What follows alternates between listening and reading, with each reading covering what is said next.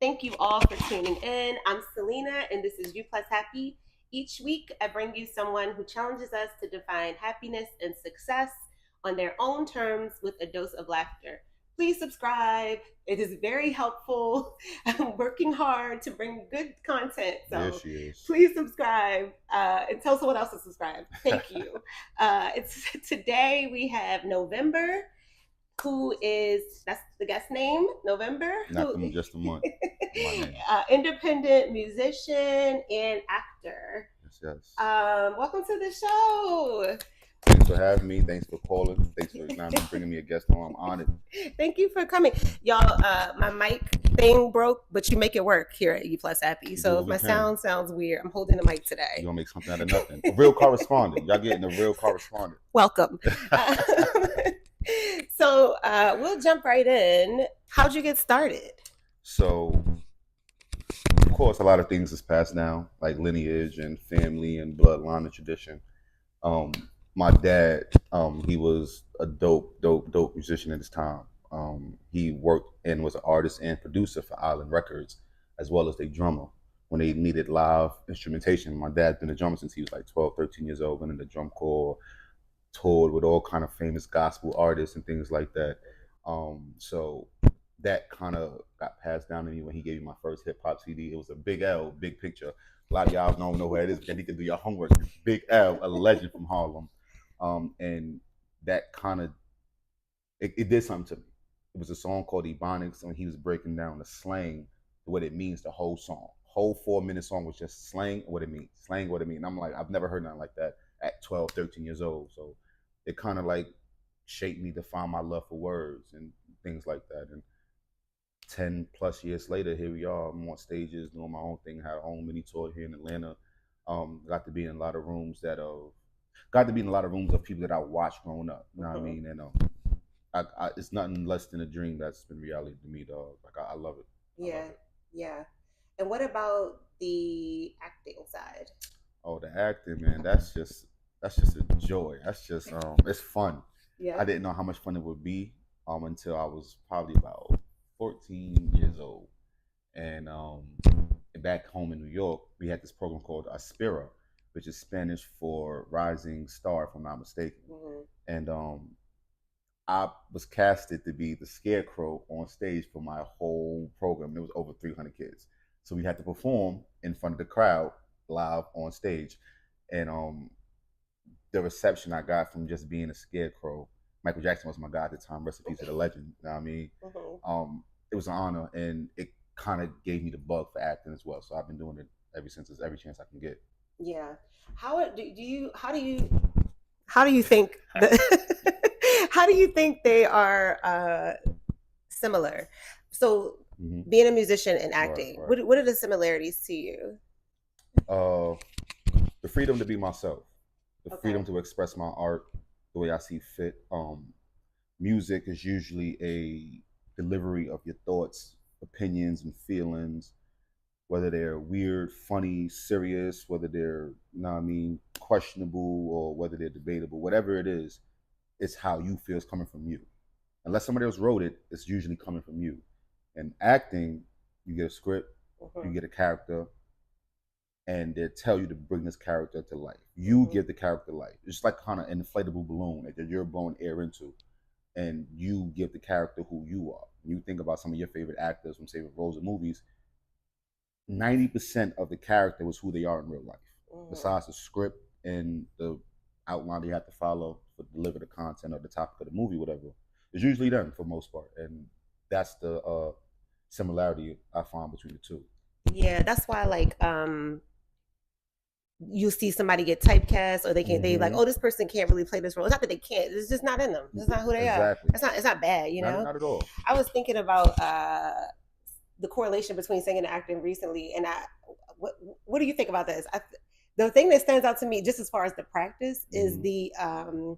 the repetition. Yeah. So like both of them, you have. It's just like anything else, even sports. Yeah. To be good and to get it like to feel it and have the material inside of you, you have to do it over and over and Yeah. over. Well, I Yeah. don't know. What's your process?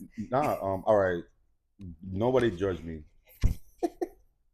Judgment free. I'm feeling like I could be myself here at You Plus Happy. So this is one of the benefits of coming up here.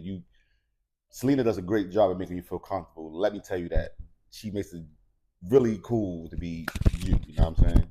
It's always cool to be you, kids. Remember that. I wrote some of my best. I feel like I'm gonna be judged by your fans and audience when I say this. No.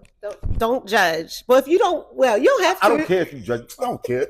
So, so I wrote some of my best songs on the toilet. Okay. Well, I wasn't expecting. See, look, I feel like I'm being judged already. I wasn't expecting it. Okay. I feel like I'm being judged already. Like I'm feeling judgmental energy from this side of the couch. It's not. I'm not. Some of my best work came from the toilet in the dark. I don't know what it is about porcelain. No, I'm gonna tell you.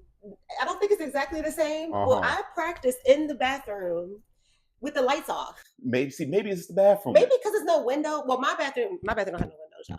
So don't be judging my bathroom. No, I'm just saying, it's like, nice in here. It's very nice. I'm sure. No, but because I feel like, and I'm in a cocoon or something. It's a small, safe space. Yeah. Does that make sense? No, it does. It's like it's isolation that you choose to be in. You know what I mean? It's like the one time you get to choose to be alone comfortably because you know what you're in there for. Number one and number two, I ain't judging. Or bathing. Hopefully, more than likely, bathing, brushing your teeth, grooming, shape ups, you know what I mean? Singing in the bathroom. Like, think about it, like your best self, no pun intended, comes out in the bathroom. Well, it's like I know, but I think maybe there's something to it because that's where you usually it's privacy. Mm-hmm.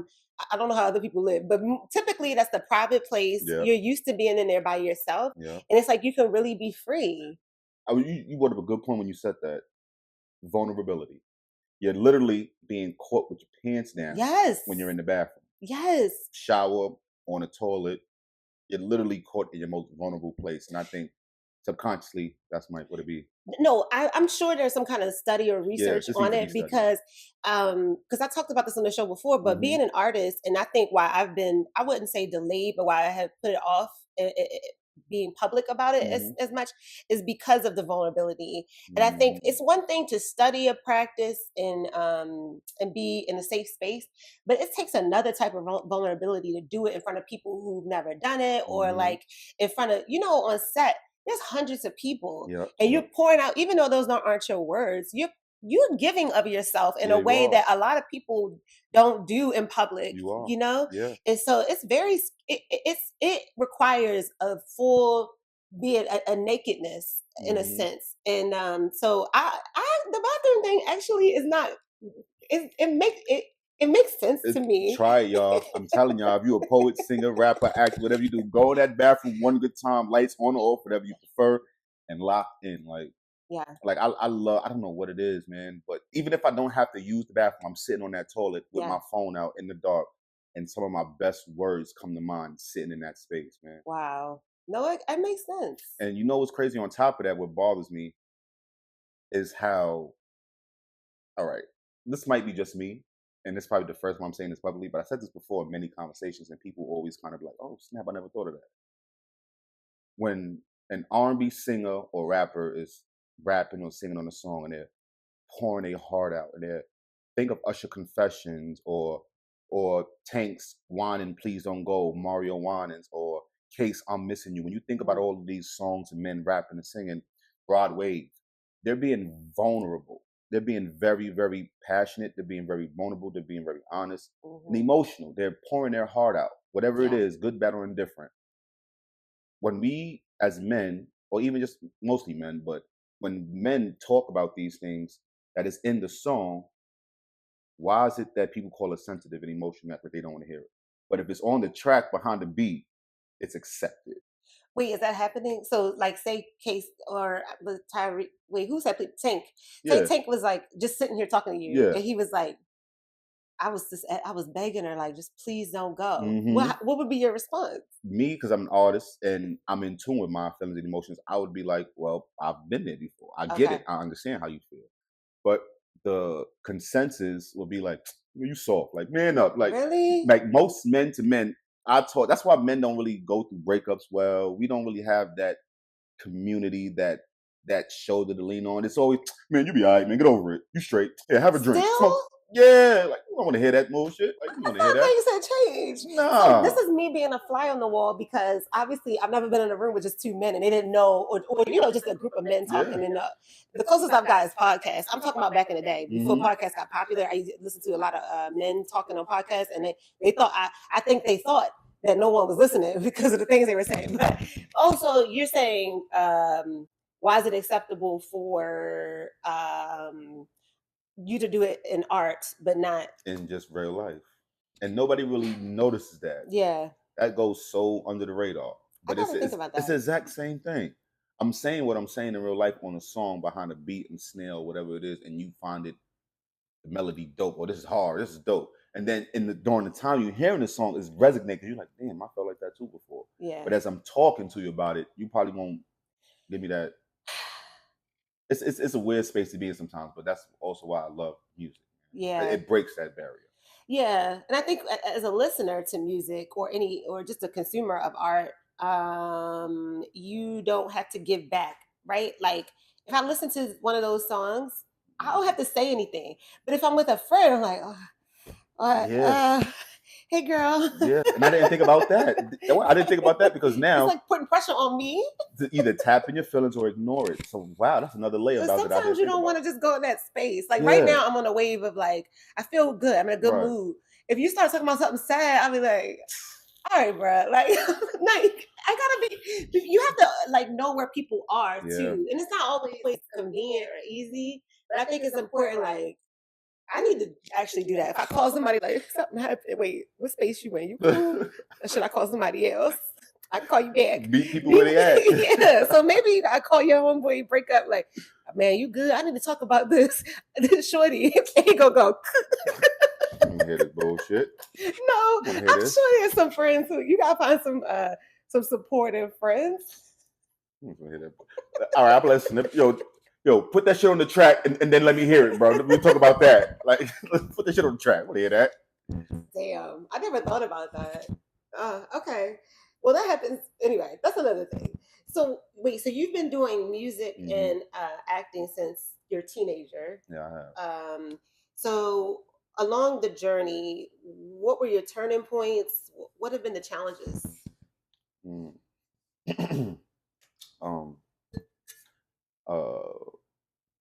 They've been every challenge you could probably think of, to be honest with you.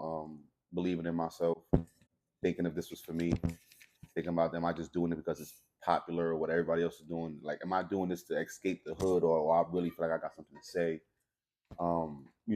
And am I good enough to be heard? That's probably was at one point probably one of my biggest self-damaging thoughts that I probably could muster up in my own mind. Because when I was about 17 years old, a cousin of mine who at that time was seen as one of the most lyrical ones in my family told me something like, and he'll still big himself up. He's so crazy in his mind, he'll give himself credit for where I am today because of what he told. Okay. And he said to me like one day that I wasn't lyrical. And at that moment, I'm arguing him down. Like I said, that vulnerability face to face. What you talking about? I'm like, you bugging. Mm-hmm. I went home and cried. My eyes out. And I'm like, because I knew he was right. Mm-hmm. I'm rapping about spinning the block, killing, drugs, a bunch of whole nonsense that I've never done. Right. I've seen it. I've been through shit. I have experiences, but that's not the lifestyle or the path that I was choosing to go down. Right. So from that moment on, I told myself I would never, ever, ever rap about none of that stuff again. And at that moment, things just kind of turned around. Yeah. Started taking it seriously. Started changing the music I listened to. Started really digesting music in a whole different way. And it kind of shaped who I am now as a lyricist. So it puts you on a path to be authentic and 100%. To be like a student of your craft. 100%.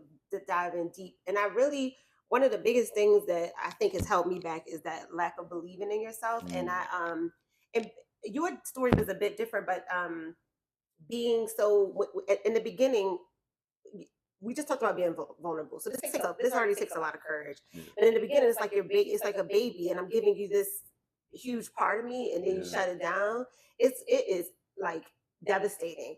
And I remember the first time I let somebody read some of my poetry, I was like in middle school, and she was this artist, like even though she was in middle school too, she went to go to this art school in Baltimore, and I was like hood chick, and she said my poems aren't good, and so when she left, I cried and I ripped up my notebook. I've ripped up my notebook.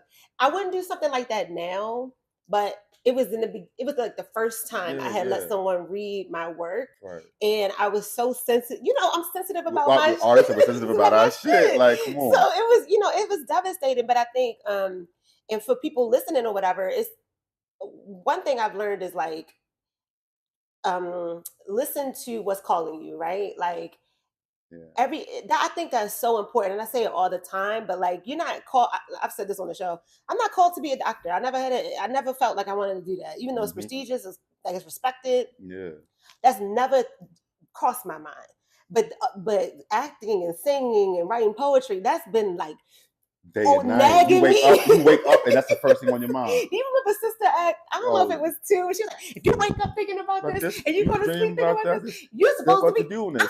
That really spoke to me. I was like, Whoopi, you right. Whoopi. That's what I'm supposed to be doing. Whoopi. But it takes so much courage and all those and I still have doubts. I still have doubts all the time about it. Like even with the show, I'm like, what the fuck? Like I wanted to grow faster. I'm like, why am I doing it? You know, you have those moments like, why am I doing what this? Am I doing this what for? am I doing? Like, what am I doing? And then it's like, I can't stop. You know, like if you stop, what else would you do? Probably stop breathing. I mean, let me tell you something. I'm pretty sure you feel the same way. Like we love what we do so much, even if it wasn't a monetary reward behind it. It ain't none, because y'all ain't subscribing. Okay. If you would subscribe, I could give a monetary reward. All right, sorry. Yo, that's what I'm saying. Like you ain't even get there yet, but you still doing it with a passion, with a smile on your face, with a joy because it makes you happy. What else would you be doing if you wasn't doing it? Right. No, I wouldn't. I tried to run away. I'm sure you've had a moment where you wanted to stop, but it's really not a choice. It's not. Like if I don't do it, I'm drinking too much. I'm in the streets. I'm partying because I'm trying to escape. I'm unhappy. I'm depressed. Disappointed. And I get depressed in this world too. But at least it's for something that I want. Something that you love. Whereas like I'm not even, if I'm not doing it, I'm depressed for no damn reason. Like when you say that, you touch on the idea of, I'm pretty sure everybody probably seen and heard this quote. They said, when you imagine when you die, you on your deathbed, and around you is all the embodiment of all of your dead dreams and goals that you let die, and they're asking you, why did you not live me? Why did you not chase me? Why did you not fulfill? Why did you not? That gave me chills. Like saying it now is giving me chills. Because I'm like, what else? Like at that moment when God is getting ready to call you home, like what else is you thinking about? Yeah. You're thinking about the things that make you happy, the things that brought you joy, the memories that you love, want to hold on to, and also you having some regrets about the things that you never did that you wish you could do over. Yeah. And win, lose, or draw, we're doing this. Like we're doing this. No ifs, ands, or buts about it. Till we're in that situation and God is about to call us home.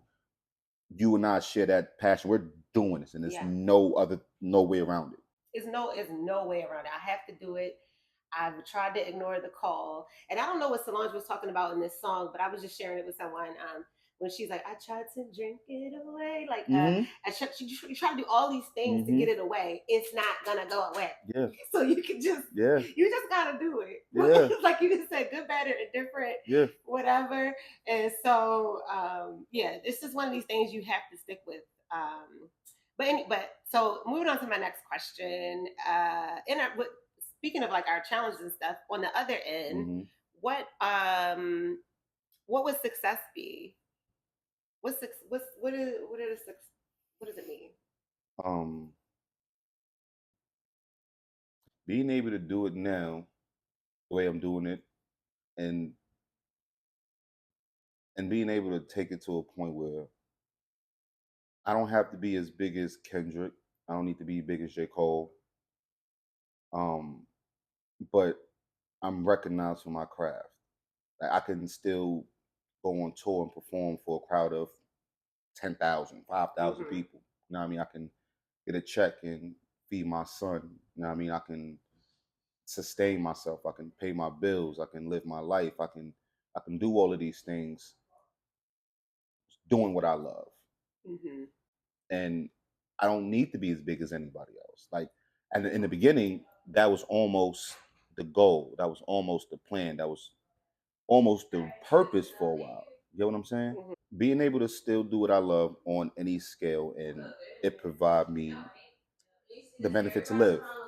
Yeah, that cliche of comparison is the thief of joy is very true. So like comparing myself to somebody like Kendrick or J. Cole would like discourage me, right? Mm-hmm. Because it's like it almost feels impossible. Mm-hmm. Not saying it I know is, what you mean. but outside of like so your career, being able to do it on a scale that works for you, I also think some scales are not for everybody. Like Yeah. I would lose it if I was at Beyonce's level. Like I Yeah. would lose my mind. Like I think I would. You can't do Yo, anything. let me tell you something. Certain, like you're right. Certain people ain't I'm meant to not be built for certain that. I'm heights. not built for that. Some people don't want to go that far because they know what comes with that, like the non-privacy. You can't go nowhere. You can't be normal. Like All this sometimes pressure. you can't walk to the store like being super Selena. Like Yeah. So I don't know. that's you supposed to happen, Selena. Oh my god! Like I'm like, I don't know if I can handle it, but I know every level gets you ready for the next level. yeah, But outside of career, which okay, so that's what success would mean for career. What does it mean outside of career? living life on my own terms, man. I ain't got to clock in no 9 to 5, man. Like, and I ain't knocking. Ain't nothing wrong with it, but that's how my parents live. That's how my grandparents live, from check to check, hand to mouth, and I'm breaking that. Like this, the generation that shit gonna stop. Like I'm Yeah. not doing that. Like my son, like it is so important for my son to have two things in my mind. I need him to have a skill, trade, mechanics, computers, something, and I want him to have a dream. Mm, I want him to love something. Like I'm teaching myself piano now, so I can teach him piano, okay. so I can get him involved. Like I have a real Casio CTX 700. I bought him. I got him a Neiman Marcus small piano that you may see in like a toy store that he just bangs on. Right. But when Daddy playing, he can play next to Daddy. You know, what I mean, he can see that okay, Daddy does this and this, Hmm. and a dream to me is way more important than a 9 to 5. There's gonna be millions of these jobs until the end of time. Yeah. AI coming through and all that is still gonna be something for somebody to do. But a dream, but a goal, doing something that you love and will live and die for, something that you can stand behind, something you believe in, something that feeds your soul, that lights that fire in your chest, is 10 times more important than living somebody else's dreams, because that's all we're doing when we work a 9 to 5. Yeah. These jobs, working for the company I work for, that's not my dream. That's that person's dream. Hmm. 100 decades ago, and now it's reality, and they can just kick back and, you know what I mean? Yeah. Yeah. I do think some people are built for like go to work and go home Yeah. and have like a family life or Yeah, yeah, whatever. yeah. There's nothing wrong with that either. I mean, that's No. it's beauty in that. It's Yeah. peace, it's serene, it's security, and I know more than anything that's what's more important in these times. Like Yeah. it's security. I've wished that I had that dream, like to just go to work and then go home and have a family. I That'd be wish that was. I that'd be so wish. easy and peaceful. I feel. Yeah. I wish. I've tried to wish. I've wished that so many. I'm like, oh God, I just want. I wish that was just what But you get turned around every time. but I know that would make me miserable. Just like our life, the life that we've chose is difficult, and all lives are difficult. But like some people wouldn't be built for that. Yeah. So it's like what you are built for, I guess. Yeah. So I don't know. What do I know? What is your biggest motivation? I don't want to sound cliche, just say my son. You know what I mean? Everybody Like, says their right, kids. right. And that's true. Of course, it's true. But my biggest motivation is that excuse me, I got something to say. Like Mm, I got points to make. I got shit to get across. I got something that needs to be heard. And I'm just as fly as a dope boy. I'm just as cool as a dude you think is trapper or whatever he do to get his money. I ain't knocking nobody's hustle, but I don't need to do none of that. And I'm just as dope. I'm just mhm. as cool. I'm just as chill. You know what I mean? I don't want to. I'm him, but I'm me. You know what I mean? And then I think that's like my biggest flex. Everybody want to be him. Him. Who's him? I'm me. It's like I think it's like the same as when women say I'm that. Yeah, I'm that. Who was that? Like, It's like I don't know, elites. I don't know. Wait, going back real quick to when you said the hardest thing was believing in yourself. How did you overcome that? um, realizing that I didn't have a choice. It was either I believe in myself or I quit. And like you said, this calling is not going to allow us to do that. So Mhm. I had to do something else after I made the choice. So after I made the choice, I have to believe in myself. All right, cool. Now give yourself something to believe in. And I had to get better at my craft. I had to put my 10,000 hours in. I had to take it serious. Like you said, I had to be a student. I had to do my homework.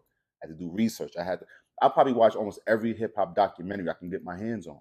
Mhm. VHS tapes, DVDs, YouTube videos, any documentary that I can find that detailed or intel anything about hip hop, R&B music, just music in general, soul, jazz. I had to engulf myself in it and really find out, all right, what's driving this thing and how can I find my new gear? Because everybody start off with gear one, gear two. Like you said, each level gets you prepared to the next. But Mhm. now I need to kick into a whole nother gear that I haven't tapped into yet. So how do I do that? You feed the fire, you feed the passion. I just engulfed myself in music, picking up an instrument. And the more and more I fed myself, the more confident I became because I put the work. And I'm not just saying like Mm. when it comes to music, it's not too many guys that you can put next to me and I not hold my own. Whether I'm better than them or whether we neck and neck. It's just not happening. I feel like it because I put the work in. Mhm. Not just because I'm cocky or confident. No, I put the work in. And I've seen my growth. I've seen my development. Like, and then those family members who said I wasn't lyrical gotta double back and be like, oh, now you're the best one in the family. And I know I am. Yeah. There's nobody who's gonna see me right now. And that was my motivation, and that's what made me believe in myself because I put the work in. Yeah. It's like I think sometimes people wait for confidence, but the work creates the confidence. Exactly, So you got to exactly, do the work first, and then the exactly. confidence It comes. comes because you put the work in. Like I Yeah. watched the interview on the JBP, and Marsha and Barossa was on it, and she was kind of saying the same thing. Like she dropped the album today, and she's a ghost. She's one of my favorites. So shout out to her. She's a legend, man. And she was saying the same thing. Like I had to realize who I was after the work came. Mhm. I mean, you're that person in the beginning, but because you got the potential, but potential unfulfilled is nothing at all. It's Mhm. nothing. You have to fulfill that potential by doing the work. You can't skip over it. And you don't know what it takes. Like in the beginning, I don't know. Confidence could seem easier in the beginning because you don't know what it takes. And when you get in there, you're like, ah, And then you see others who's probably the same age as you. Then you're like, damn. Then you start thinking, like you said, you start having these doubts, like, damn, I wish I started sooner. Damn, what yeah, am I doing? Am I supposed to be here? right, Do I deserve to be in this room? right. But you're in this room. So of Yeah. course you deserve to be here. I have to, that's a constant reminder. But something else you said about watching documentaries and these interviews and studying, I found that because I read a lot of autobiographies or I listen to audiobooks Mm-hmm. of actors. Mm-hmm. Um, and I used to watch the Actor Studio, blah, blah, blah. Mm-hmm. And I watch a lot of Oprah. Anyway, those things help when at the time you might you just kind of just listening, Mm-hmm. and then something will happen similar, and you're like, oh, well, this person who made it kind of taught me how to deal with this. Mm-hmm. So I think I'm just saying that for the audience too, of like, um, that's it's a beneficial thing to It do. You is. know what I mean? I found it so helpful. I would go back to something that somebody did, and then it also reminds me, these people are regular. Like everybody's just a person. I don't want to put anybody on a pedestal, and I have, Yeah, yeah. but they're just regular people who kept going and they Yeah. did it, and they, like you said, studying their craft and doing the work. But Mm-hmm. I'm no different from these people who Not have at made it, all. and I have to tell myself that too. And I still get scared all the time, so I'm Yeah. not saying I got it figured out, Right, but right. these things do help. And I love that what you said about the work comes before the confidence, and like Yeah. that's what keeps you going. Is that Mm-hmm. okay? Yeah, that's right. Okay, You okay. have to. You got to put the work in.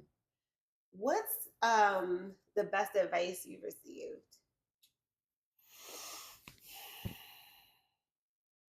Damn, that's a good question because I got a lot of advice because I pick brains. I get around somebody who I admire or study for a while. Like I said, I've been in rooms of people that I watched growing up, and I'm like, yo, am I really next? Like, yo, this is crazy.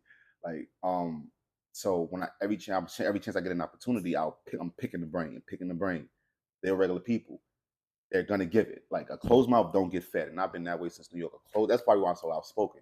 Closed mouth would not get fed. You want something, ask for. You need to know something, ask the question. Okay. Only dumb question is one you don't ask. And I've gotten a lot of advice. Styles P from the Lock was at my first show, and he gave me a lot of good game. But the best advice that I can say I really got was take the advice, but don't always keep it Mm, because times change, and that piece of advice may not be the key to that door you're trying to get into. mm, And I digested that, and when I was able to break it down, I'm like, okay, so I can take all the advice, but don't keep it. Take what you need from it, use it for when it's useful, but stick to your own. Like your gut, your heart knows best. Let's listen to your intuition. Like yeah. women got this intuition that I do believe in, but as artists, we have a intuition that's just a feeling. Yeah. I can't explain it. Like you know when you're in the zone, you know when you locked in, you know when you're in the pocket. Like and go with that. Mhm. Trust your instincts because it will always get you to where you're trying to land. You know what I mean? Yeah. No, I believe that so deeply.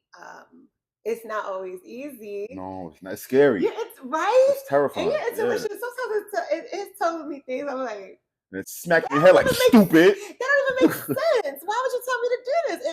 It's not, and it sometimes tells me to do crazy things, and I'm like, what? Not crazy. Oh. No, not crazy. No, actually, thank you for a second clarify. I mean crazy, like pursue acting at my Right. age. Right.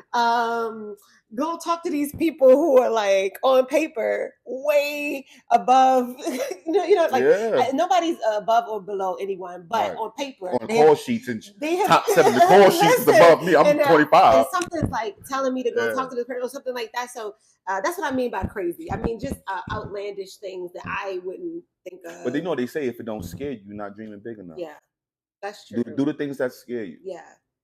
That's what I mean by crazy. That's it. Just outlandish, big, scary things. Right. Scary. I should have said scary things, not crazy. Okay. There's a lot of people hearing some crazy shit in their head. They probably like, no, I don't hear nothing crazy. I am gonna jump off the building.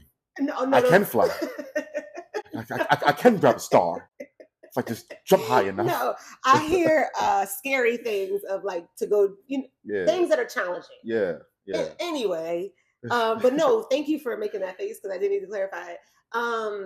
But one thing I do have trouble with, and I wonder if other people do, is like, so say I'm in the room with Styles P, right? This person is accomplished. This person is very, very respected. Mm-hmm. I would be typically too intimidated because I don't want to be a groupie. And I don't want to be like, I love your work. Like Right, what do you say? What do you say? Damn, that's crazy. You put me on the spot. That's crazy. I'm Styles P. What do you say? Truth be told, I kind of just walked up to him, put my hand out, shook his hand. And that's Okay. kind of like a good icebreaker. Like confidence respects confidence as well. You know what I mean? Steel sharpens steel. So my very first show, of course, I'm terrified to be on stage. I'm here now. I might as well go through with it. But just walk up. Hey, how you doing, Mister? I don't mean to bother, but I'm a fan. I grew up listening to your work or watching you act and this, that, and the third. You inspire some of my own creativity. I was wondering, can I ask you a couple of questions? You got a minute? I can pick your brain a little bit. And asking somebody for help and advice is almost the highest forms of flattery. Like even like advice for people at a workplace. If you work in the office or in a setting where you work with other people, and you want somebody to like you, or you want to get somebody to take an interest in you, ask them for some help. And that lets them know that you acknowledge they know more and you're willing to learn from somebody. And that's a great form of flattery. Imagine somebody walking, hey, Selena, I watched your podcast. I was wondering, can I ask you for some advice? It makes you feel like I'm doing something right. Something like somebody likes what I'm doing. Okay, cool. Why not? Yeah, sure. Yeah. And if they're not a stickler, they're not arrogant or, too busy, whatever the case is, to talk to a fan or somebody who's clearly who's admire them for what they do, they'll always give you some game. They'll always give you some advice. And that's usually where it starts. And then you start to break the ice. You start to get them to warm up to you. And then that advice also makes them feel like they know you. like you're their student, and Mhm. they take a more of a liking to you because they see that you're serious about it enough to ask for advice. So it's like a triple-edged sword, triple entendre, and almost so to speak. So I normally ask everybody who I come in contact with or admire advice. Or hey, you said this in the interview. I was wondering, can you elaborate a little bit? Some. And I usually get the advice I'm getting. Sometimes I even get phone numbers to some of these people. I can call up some of these celebrities I used to watch on TV. How do you get their numbers? The conversation just got It, to that. it's just so organic, and I'm such a people person, even though I don't always seem approachable. No, I think you're a people person. I've only met you a few times. Yeah, I'm really dope with people, but I kind of got this demeanor and this attitude. I've been told that like just leave me alone, or I'm more kind of standoffish, and that's fine. I don't care about that. I didn't see that. The first time I met November, he was very welcoming and friendly and supportive and kind. Yeah. So I don't see you all the time. But you want to know the reason why you don't get that is because that's not what you're looking for, and you're not that yourself. I could be a standoff. Who can? We all can be. That's just being human. We all right, can. That's true. We all got that's our true. moments like we don't want to be bothered. We having a bad day. You may have caught somebody on the bad day. They don't mean they're a-hole. Right. You know what I mean? You may caught somebody going through a lot. Just lost a family member, or lost a job, or they could be going through anything. There's a lot of things going on that day. Yeah, you know, they got a lot to deal with. They getting tissue, you know what I mean? They in the bathroom with the lights off, just being vulnerable. Like write this. Like their heart out. The balls right here. Like for real. You know what I mean? Make the song of their life going through it. But so the conversation usually just go that way. I'm not afraid to ask. Like I said, closed mouth don't get fed. Like I'm like, hey, do you mind if I reach out to you later? And I mean, can I ask you some more? Do you have like the time? And I'm like that. And if you're feeling it. Yeah. Okay. That's not everybody, you know what I mean? I don't need to be everybody's friend. I don't need everybody's number and all of that, but the right ones, and you'll feel like connect. It's energy. Energy is a real thing that you can feel. And 9 times out of 10, when I ask for some contact information, I don't ask for numbers. That's the trick. I ask for contact information. Okay. And 9 times out of 10, they're gonna give you a phone number. Okay. And that's just how I just go about getting them. And what do you do with it? I'm not blowing a phone up to get annoying. That's one thing you don't do. That's one way to get your way blocked and burn that bridge. Do not blow up their phone. Please do not blow no celebrity phone. All right, so tell me, what do you do? So I would really like the next day, and this is also some free game I learned coming in doing my thing. When you get a contact, Instagram, phone number, email from somebody who you want to work, whatever the case is, never hit them up that night because they probably gonna get a lot of people contacting them that night. You know what I'm saying? Mm-hmm. Always hit them up the following day, in the morning or the afternoon. People, first thing they do is after they brush their teeth, wash their ass, eat whatever, they open up their phones. Mm-hmm. You'll be at the top of the list instead of the bottom. So you wait till the following day. Like, yo, listen, I want to say thank you for your opportunity, for the time and attention. Show appreciation, be grateful. Appreciate your time. Keep it real brief because they ain't reading no paragraph. Mm-hmm. Thank you for the time. I appreciate the energy. You know what I mean? Great for the advice. That meant a lot. I just wanted to say thank you and reach out and let you know that I appreciate it. You know what I mean? So does anything happen after that? Yeah, a lot of things happen. I've even earned a mentorship from somebody named Alonzo Brown. A lot of people don't know who he is, but Alonzo Brown is one who kind of discovered Jessica Alba for the movie Honey. Also wrote the movie Honey. Also helped create the Judge Mathis show. He's done a lot of good work. He was a member of the legendary hip hop group from Queens, Dr. Jekyll, Mr. Hyde. He was Dr. Jekyll, and Mr. Hyde was Andre Harrell, who passed away. That who gave that guy his first start. But you all should know his name, the P other guy, the P Diddy guy. Oh, yeah, he gave him his start. So rest in peace, Andre Harrell. They was group members. I see. And I met Alonzo Brown at a panel that I performed at here in Georgia at GSU a couple years ago, like 2017, 2018. And I tore the house down, did an amazing show, and he was one of the panelists. And after the show, I noticed everybody was going to everybody else because they didn't know who he was. But me doing homework, watching these interviews, being a student, gave me a leg up because I knew who he was. And he's from New York, he's from Queens. I'm like, oh, that's Dr. Jekyll, Mr. Hyde. That's crazy. My pops grew up listening to him. That's crazy. So I went over there, got his email, got his contact information, and for weeks I emailed him. This is probably the one time you were blowing up. Not the phone, the email. Exception to the rule. Email is different. You were feeling it. Because the thing about I was definitely feeling it, and I was younger. I was more hungry. I was more eager. Yeah.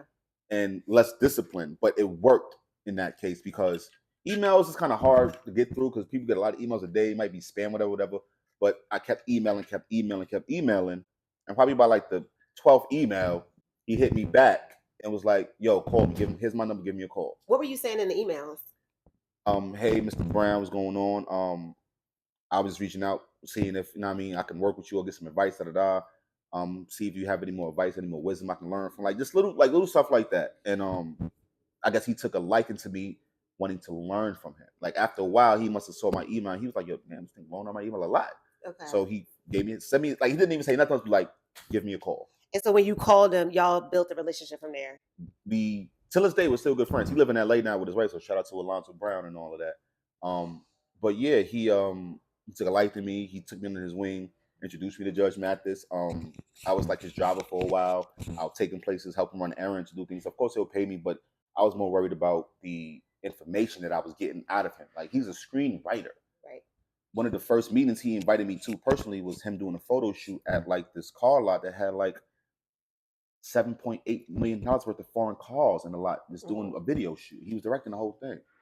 So you got exposure to things that you hadn't seen. Yeah, a lot of exposure, a lot of game. What's the thing that you learned from that whole experience that sticks with you?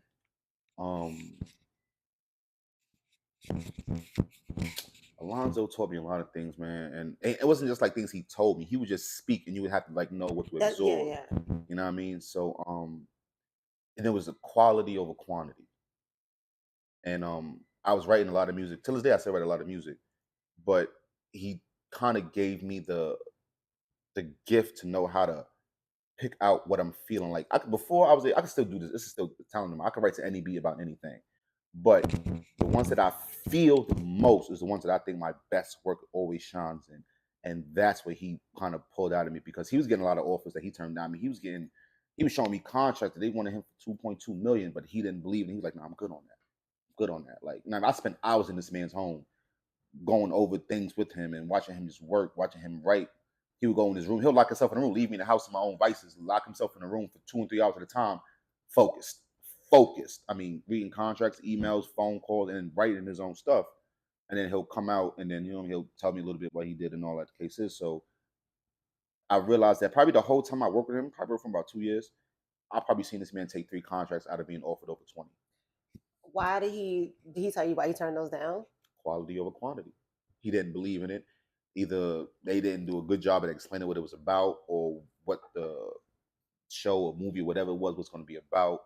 Whatever it was something in it that told him that they either didn't believe in it or they didn't give him enough to believe in. Okay.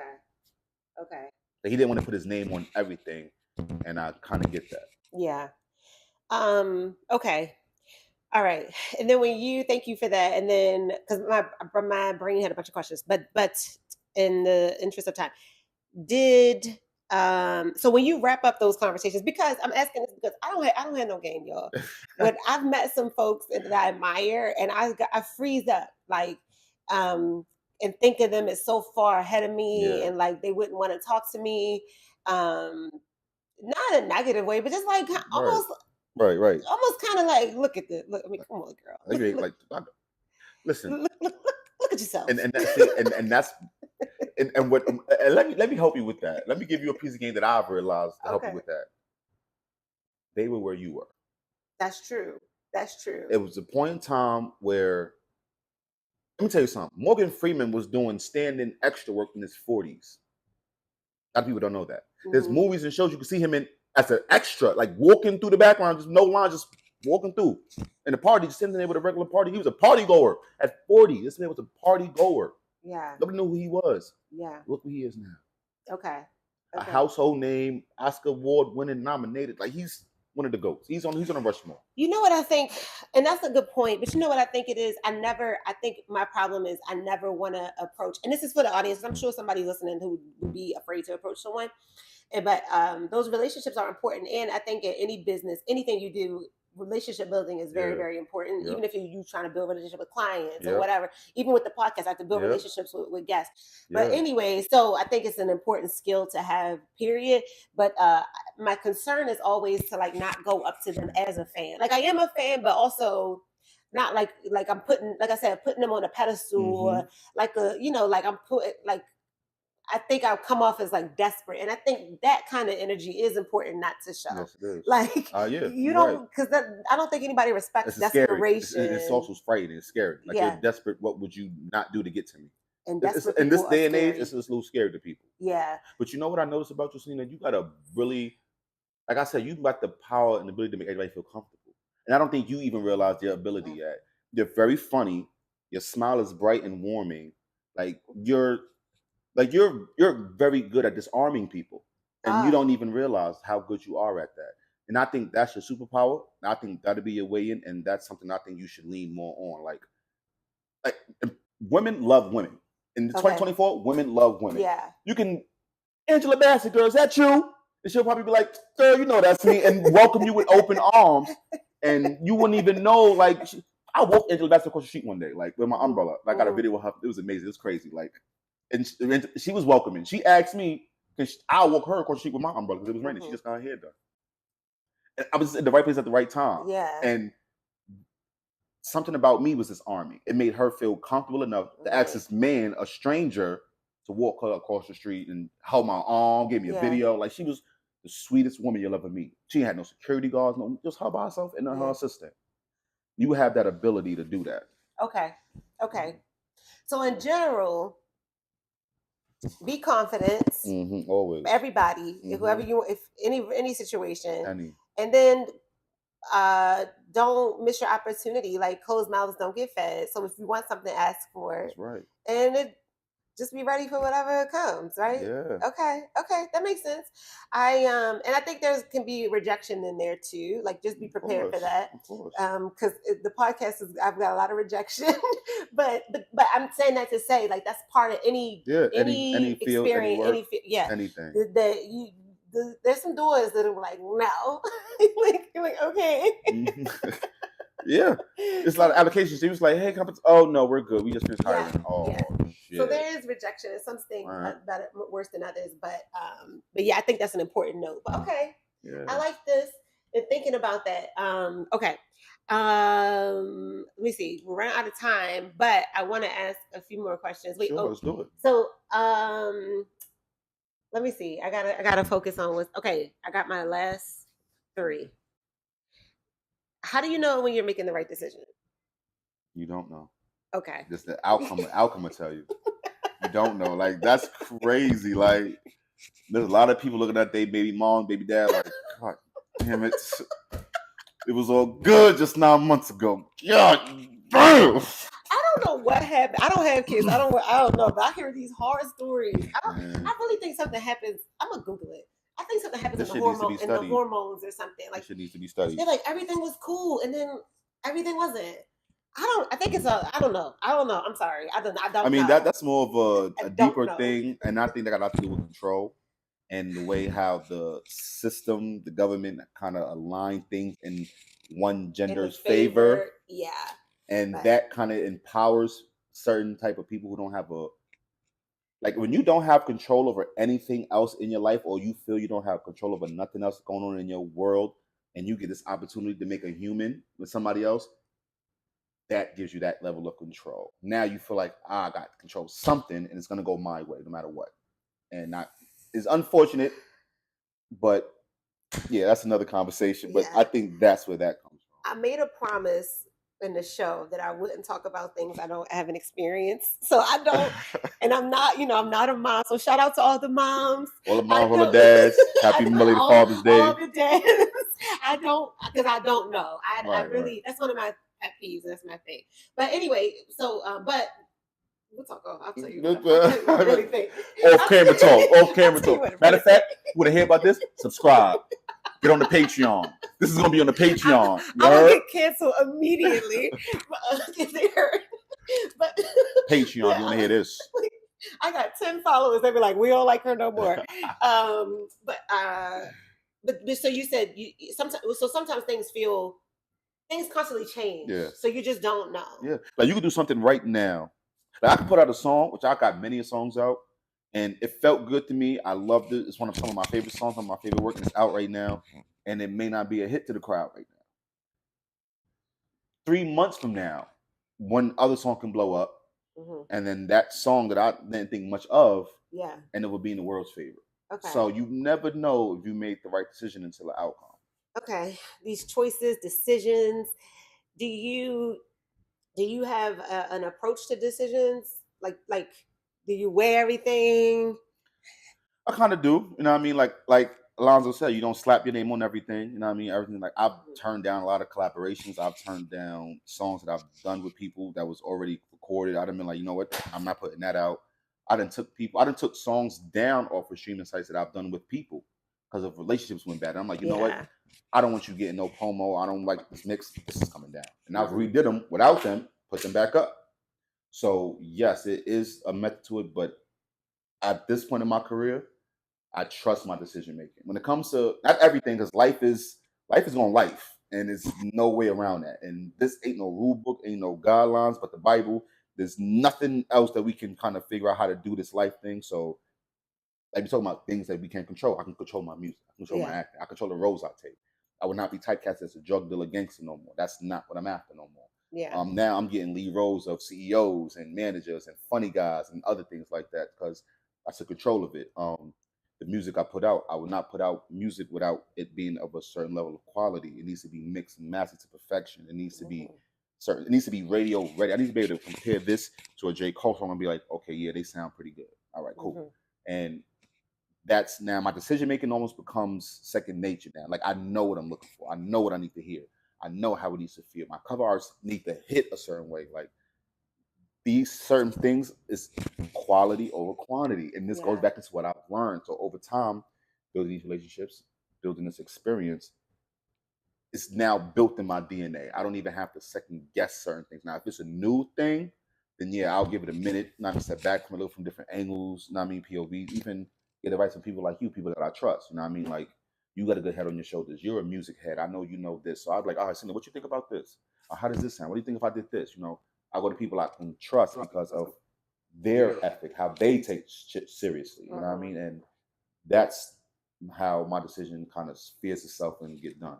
Okay, I see. I love the I heard everything you said, but I love the point about having these standards for yourself, and they evolve, right? Like so, what you said about the what you're cast as or whatever. So like, or even with music, I feel like in the beginning you're just doing anything. Yeah, just to get anything. You're doing anything. You're excited. You're hungry. You know what I mean? Fuck it.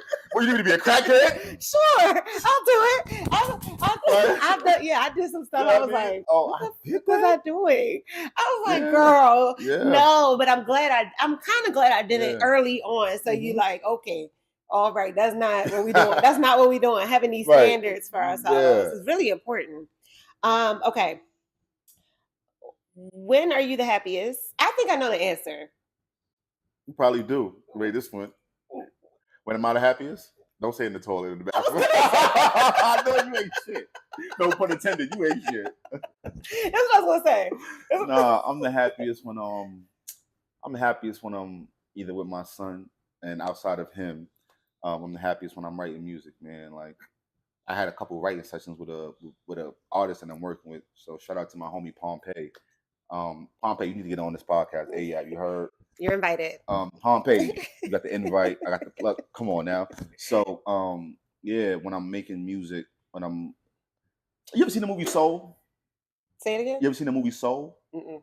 It's a Pixar movie that I think everybody, if you're doing anything creative, acting, music, poetry, podcasting, watch this movie. It'll bring tears to your eyes, but it's also very deep. I'm gonna try to keep it real brief. Jamie Foxx is the main character. It is a cartoon show, and he's a piano player. He ended up dying by accident. The day he gets his big break, he dies. His soul goes to heaven. He's trying to get away from heaven because he's trying to live his dream, live his goal. He meets his other soul who don't want a body, who don't want to live because she thinks life ain't shit. And then they end up falling in the earth together. He's in the cat. She's in his body. And then she finds a passion for life. But it's a part of it when he says that when you're in this zone, you go somewhere else. And I believe this wholeheartedly. When you're in the zone, when you lock in doing whatever it is that you do, and you got this flow, you got this bounce, you got this rhythm, and it's just you seem like you can't lose, you can't miss.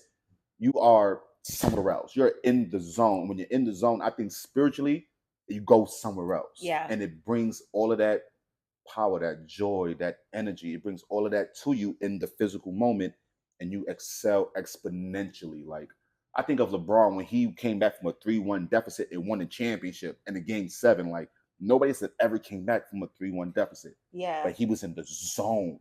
You know what Yeah. I mean? Yeah. And you can feel it. Like you dialed in. Like think about when you wrote your best poem. Mm-hmm. Think about how it just came so easy to you.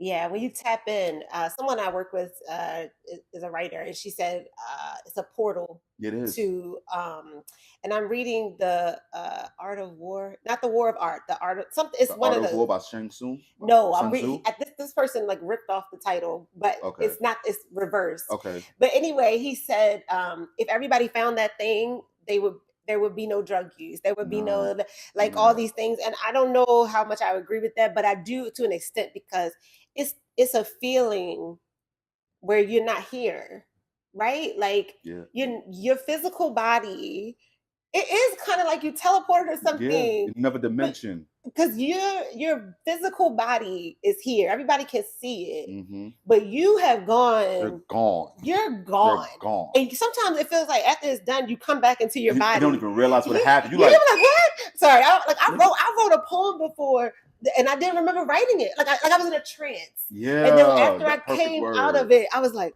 and then I read the poem. I was like, oh, that's so good. This is a long time ago, but it's just so that feeling. And I get it. And for people, it doesn't have to be your career. Because I would say I get it when I used to do Zumba a lot, but I was like a weirdo at Zumba. Like I was in the weirdo. I was in the back, like zoning out on these Zumba moves, and people, I would be in a trance. And this is at like freaking LA Fitness or something. Yeah. But then they would come to me at the class like, you move with so much passion. I'm like, I didn't mean to. I didn't mean to.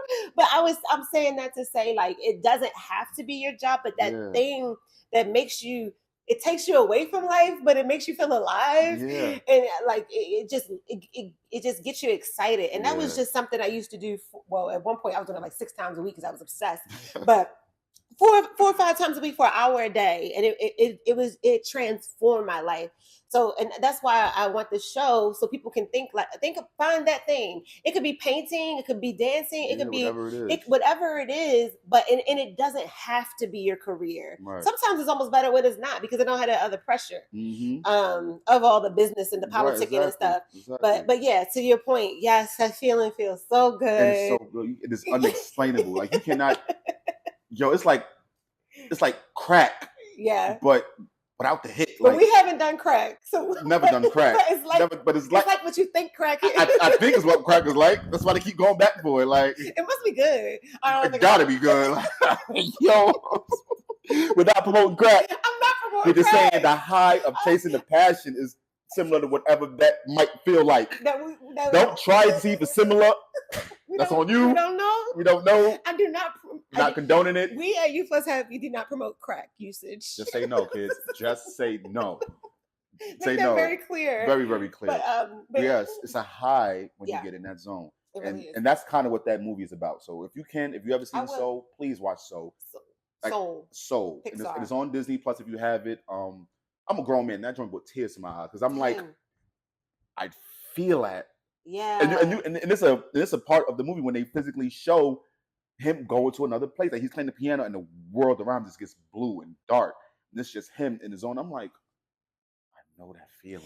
That's maybe we're trying to create that in the bathroom with the no lights. We're trying to come on, Dad. There's layers. It's layers to this. You Plus Happy, we bring out layers like an onion. It's just layers on layers on layers, man. It's true. It's true. It's layers. Maybe we're trying to simulate. Okay. Simulate, not Similac, not baby feed y'all, but simulate. Simulate. We're trying to assimilate. Okay. All right. I'm gonna close this out too quickly because we got something to do after this. Sure do. Inner circle. What do the people have to be in your circle? Passion. You gotta have. It ain't even gotta be about what I'm doing. It ain't gotta be about music. It ain't gotta be about acting. But I want to see that fire in you because the fire in you will feed my flame. Seeing you right now, Selena, in your zone. This is your zone. Like you are in your pocket. You're in your element right now. This would ignite me to get more in Mars. Like Dragon Ball Z, my favorite character is Goku. Probably one of my favorite cartoon characters because his whole thing is not to be violent, but he wants to fight the best fighter so he can get better. Steel sharpens steel. Yeah. You're passionate about fishing. Oh my God, I just caught this big old fish. And I mean, I'm like, oh, that's crazy. Yeah, man, I caught this crazy flow last night. That was just like we're feeding each other. We're fueling each other's fire. And eventually it's going to become this flame that's just too big to not notice. Right. That's why I kind of miss rap groups and R&B groups. They all were so big, so talented, so creative. Wu-Tang was one of my favorite. It was 12 of them. And they all fed each other. Yeah. It was hard not to notice 12 dudes on stage with the same energy, the same passion, going crazy. Yeah. You feel what I'm saying? Yeah. So you just need to have passion about whatever it. You a shoe shiner, nigga. You better be the best one I know. Right. You better do that shit to a beat. You better, know what I mean? Like, yo, throw that November No Pressure on. Yeah. Like, do whatever you doing, do it with passion, man. Yeah. Whatever you doing, do it with passion. Whatever it is. If they are passionate, but they have some, what would be some qualities that would disqualify them still? Lack of motivation, you know what I mean? Like passion with no motivation? I mean, no, you can't. I mean, passion, you're going to be motivated no matter what, because that's what passion is. But you got a talent or a skill, and we know you're good at this, and you squandering it. Okay. You just, like you can sing, or you can rap, or you can do this, and you choosing not to just because you're lazy, or you don't want to do the work, or you say, oh, it's too hard, it's too much. I don't want to hear that. Oh my God! I don't want to hear that. All right, I don't have. Okay, I get triggered. Patreon, can we do this part 2? A part 2? People always have excuses. Yo, bro. Like we all go through ways. We all have our lazy days. We all procrastinate. Yeah. I'm not saying I'm perfect. I'm always waking up like I'm grinding. Like I don't. That's not me. That's not happening. Grinding. But most days I'm doing something, and I'm not. And if I don't, I'm not gonna make excuses. I'm like, you know what? I fucked up, or I didn't show up for myself today, or whatever. I'm not gonna beat myself up. But then but people who just have ain't nothing but excuses. Every time. Can't. That is something I didn't even think about that till this moment. Yeah, that's infuriates me. Like all you guys excuses. Just say you're not gonna do it. Just stop saying you're gonna do it. Just say you don't want to do it. Exactly. No, cool. Say you really don't want to do it. And then don't talk about it no more. Oh, I used to sing in church when I was young. So what? You just sing in church and now you nigga, that was 15 years ago, bro. Like we don't want to hear about that. Get out of here, dog. So, no, that's how I feel about it. Like, okay. That's fear. I think that's fear preventing you to even be honest about it. You're too scared to be honest. You're too scared to do it. That's nothing else but I'm scared if I do this and I don't make it. So what? Oh my God, but that's such a good point. That's like a room for empathy. Now we can no, or I don't want to say sympathy because that's not a positive, but it's compassion for saying this person hasn't dealt with, like we work with our fear, right? This person is so fearful they're not working with it. Damn, really? What trauma have you been through? No, but when we're saying, those times when we don't believe in ourselves, or this feeling like you can't do it, they got stuck. Damn, they got stuck there. I get you. And I've been stuck there before, so now I got confession. Now it's okay. I'm sorry. But that's what. But now get out the way. Now get out the way. No, get out the way. Like I won't spend as much time with you because it's draining and it's exhausting. But it can have it does allow space for compassion because it's not that this person's a bad person or they're just lazy. Sometimes it's not even like they're not lazy. They really are just scared. Damn. And here's the thing about it. See, this is what kind of makes me. This is you said motivation. This is part of the reason why I do what I do. This is why I feel like I got something to say. This is what my music is about. My music is a battery in your back. If you don't hear my music and be charged up or be motivated, and I'm not yelling like Waka Flocka, I'm not screaming all crazy. That's just what I'm saying is some real shit. Like I've been through a lot. I've been shot. I've been robbed. I've been in car accidents. I've been through hell and back. I had every reason to be a bad guy, a criminal, a thief, a murderer. I had every reason not to do what I'm doing. I got shot and had to be on bed rest for 6 months. I was sitting at the same 4 walls. I was pissing in bottles because I couldn't walk to the bathroom. I was feeling like the doctor said I wouldn't walk again or I wouldn't walk the same. I got to be on stage. I model. I gotta act. I gotta chase my son around. You tell me I can't live a normal life no more? Yeah. I wanted to end my shit. But then something hit me in the middle of one of the nights. I'm like, nah, you bugging. You bugging. The next day, my black ass is limping down the stairs because I knew I couldn't walk. To get back up, I'm sliding myself on my ass to get up them stairs because I had enough of that. Yeah. So in one of my songs called No Pressure, I said, I might sympathize, but I can't empathize. There's no cap. That's not how I was made. I'm sorry. Like, I don't have no sympathy for certain shit. Yeah. We all been through something. Yeah. All of us. Yeah. No, don't let it cripple you. Use that as motivation. Yeah. Let that be why you're gonna excel. You know what I'm saying? So yeah. It's a double-edged sword, man, because I get it. You know what I mean? I know. I can be very to your point, no, insensitive. So I'm trying now. It's swinging the other way. So at some point, it'll balance out. Because I'll be like, get over it. We all been through stuff. Get over it.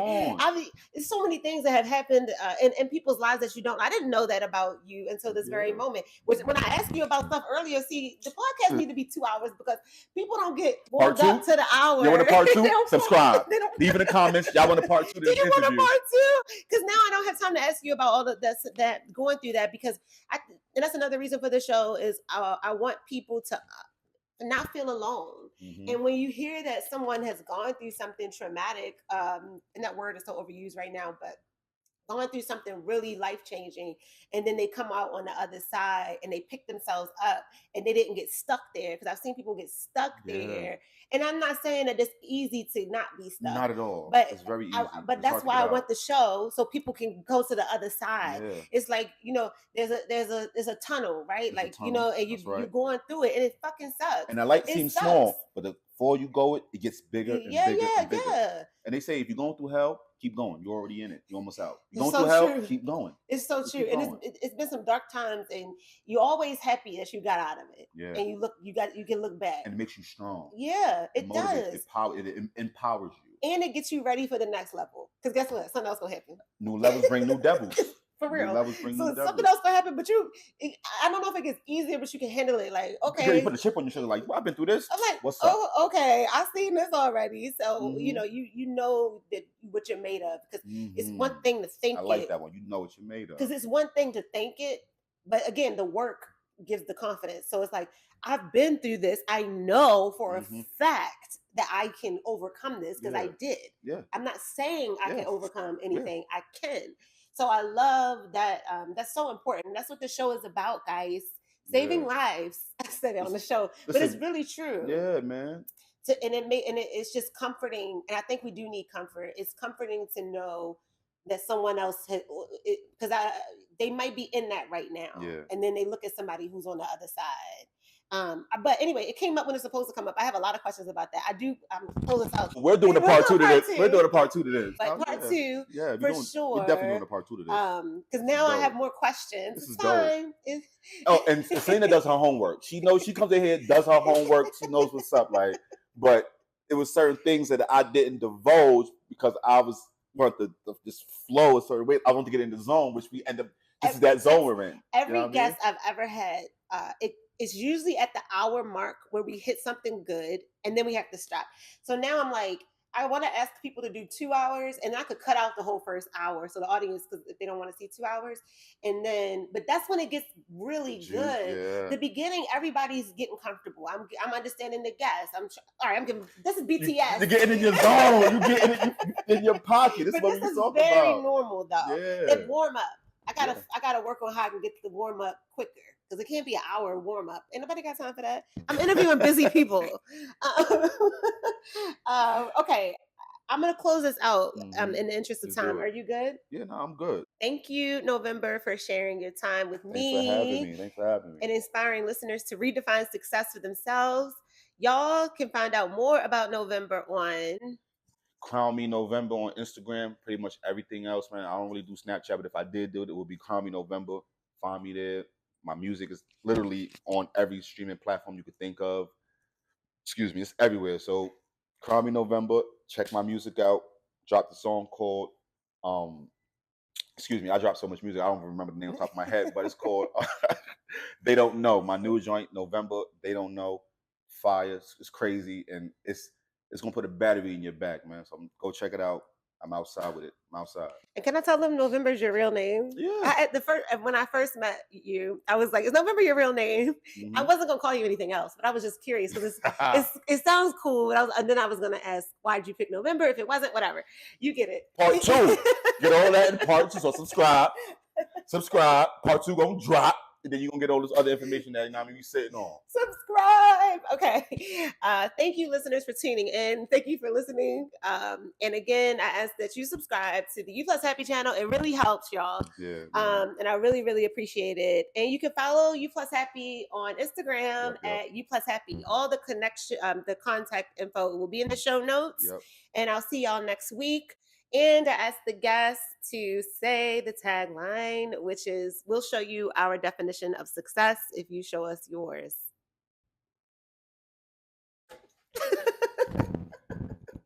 I'll show you my definition of success if you show me yours. Yes.